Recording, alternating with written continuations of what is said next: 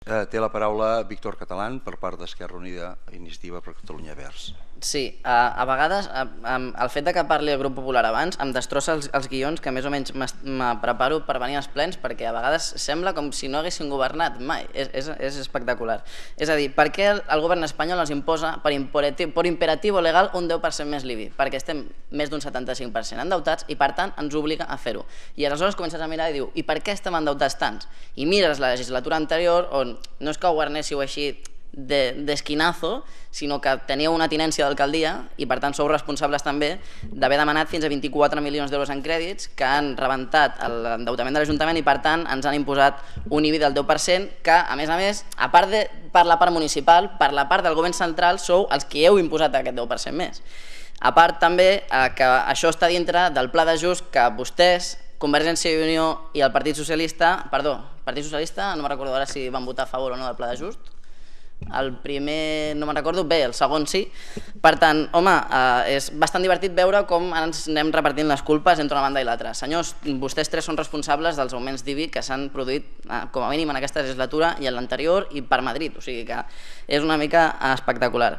Bé, qui vulgui valorar aquestes ordenances fiscals a partir de zero crec que modestament s'equivoca. És a dir, aquestes ordenances fiscals són la continuació o la segona versió de les ordenances fiscals del 2012, i m'explico. Ara estem parlant de que, per exemple, l'equip de govern ens ve i ens diu no, tranquils, capítol 1 i capítol 2 els congelem, l'IBI no el pugem, l'impost de circulació no el pugem i la resta ho pujarem un 3,9%, és a dir, l'IPC. Llavors, clar, hem d'agafar i dir, hosti, sembla bé i tot que ens estan recolzant i tal, i llavors comencem a mirar les ordenances i clar, per què? Perquè les ordenances fiscals del 2013 ja recullen que les llars d'infants van passar, per exemple, de 100 a 200 euros. Ja recullen que l'any passat es va augmentar l'IBI un 18%, ara no s'augmenta, però perquè ja el vam pujar l'any passat. Recull el 38% més de la quota fixa de l'aigua, el 20% més a la quota de les botigues, recull el 10% més al transport públic, recull el 6% de les escombraries, és a dir, si comencem a dividir entre les ordenances fiscals de l'any passat i aquestes, no és que s'hagi apujat poc els impostos que paguen els blanencs. I en aquest sentit ho hem dit 20.000 vegades. Creiem que hem d'anar a buscar alternatives i a buscar altres vies de finançament que ens hem fet un fart d'intentar. A vegades dic intentar, altres les hem pogut presentar, altres com en aquest ple ja directament ni ens han deixat presentar-les, però bé, anem fent el que podem. I bé, en general, clar, a més, quan comencem a mirar l'IBI, per què no el pugem? Com ja hem dit, perquè ja ho vam pujar un 18% l'any passat i a més ens diuen no, i tampoc apugem l'impost de circulació. I per què no el pugem? Perquè ja estem en el màxim legal. És a dir, legalment els blanencs no poden pagar més per l'impost de circulació, perquè estan al màxim legal. Després, clar, comencem a veure la resta d'impostos, un 3,9% l'IPC, i llavors, per exemple, abans ha dit no perquè, quan comentàvem el per què o per què el regidor d'Hisenda defensava el per què de l'IPC, no?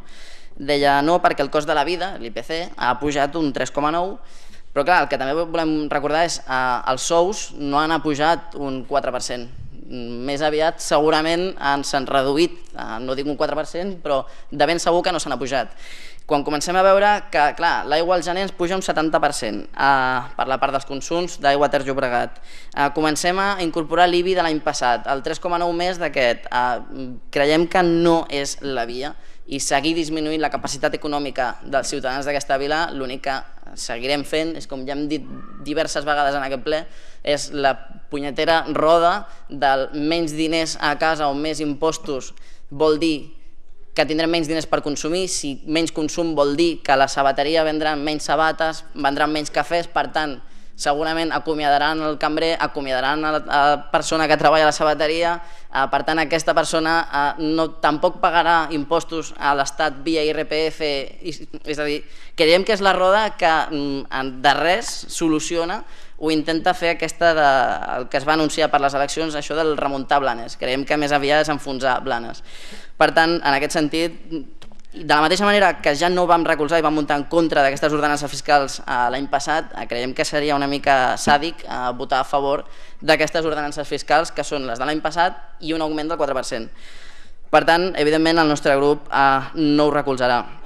A més, ho hem dit, són uns pressupostos injustos en el sentit que no pot ser que acabem fent pagar la crisi o els plats trencats a la ciutadania quan a més hem pogut tenir uns responsables polítics, hem tingut una passada legislatura que ens hem també fet un fart de denunciar de que el nivell de crèdits i el sobreendeutament, perquè clar, és que resulta que estem augmentant els impostos perquè l'any vinent haurem de pagar un altre cop gairebé els 6 milions i escaig entre amortitzacions de préstec i interessos de préstec i estem retallant i augmentant impostos al final per acabar pagant l'increment de la despesa financera d'aquest Ajuntament. I quan comencem a veure per què, doncs, home, creiem que aquí hi ha noms i cognoms de les responsabilitats, però s'acabarà fent pagar al ciutadà de peu a aquesta crisi municipal. Molt bé, moltes gràcies. Té la paraula Pilar Planella per part d'Esquerra Unida i Iniciativa per Catalunya Verds. Sí, en resposta a la regidora Pilar Planella, mullar-se sí, i ho fem, i crec que cada cop que hi ha pressupostos d'ordenances ho fem constantment. Vam presentar l'any passat la moció per la tarificació social, és a dir, que paguin més qui més té, menys qui menys té, i per exemple, curiosament, a Lloret dilluns es va aprovar, també amb el vot de suport de Convergència i PSC, i aquí en canvi el vau tombar i tampoc l'heu incorporat aquest any. Vam presentar un quadre de subvencions socials a l'IBI, encara l'estem esperant i ho vam presentar l'any passat. El que vam demanar via moció va ser un compromís per desenvolupar un reglament per fer un recàrrec del 300% a pisos buits propietat de bancs i caixes fruits de desnonaments, que per exemple a Barcelona l'estan tirant endavant com a mínim el compromís de l'estudi, aquí en canvi no es l'heu acceptat. Vam demanar a més l'eliminació o modificació de les ajudes a façanes, perquè enteníem que s'estaven ajudant a gent més que podent, li estàvem donant ajudes. És a dir, gent que amb prou feines pot pagar impostos servia després per pagar ajudes a gent més que presumptament podents com per permetre-us. Recordo també que el pacte dels pressupostos del PSC i Convergència vau aprovar que baixaríeu l'IBI. Què esteu fent ara? O esteu mantenint?